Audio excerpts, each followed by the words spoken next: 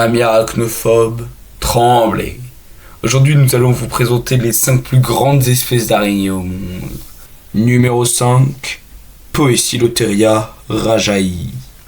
On sait peu de choses sur cette espèce découverte en 2012. Originaire d'Asie, sa taille atteint les 20 cm d'envergure.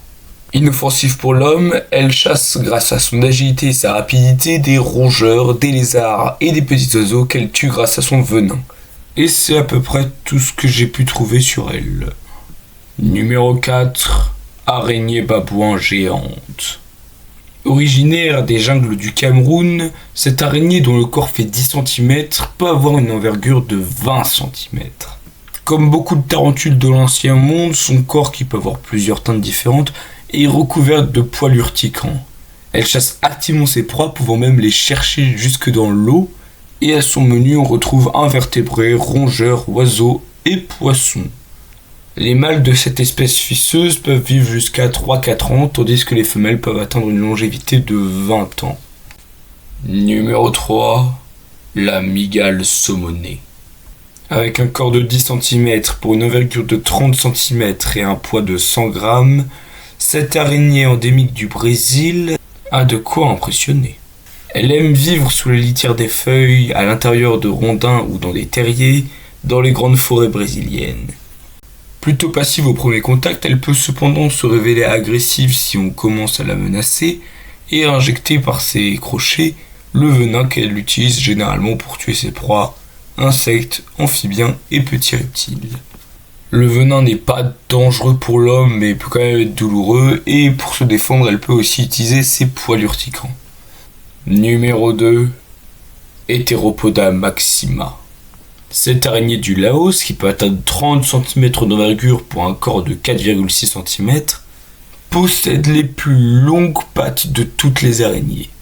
Elle aime vivre dans les grottes où l'on peut observer leur comportement cannibale, particulièrement après l'accouplement où la femelle mange le mâle. Outre cela, son alimentation se compose de criquets, qu'il repère grâce aux vibrations car elle est quasiment aveugle, logique qu'elle vit en grotte. Elle n'a que très rarement recours au venin car généralement sa force est suffisante pour terrasser sa proie.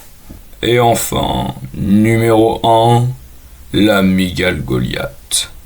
Un corps de 13 cm, une envergure de 30 cm et un poids de 170 g.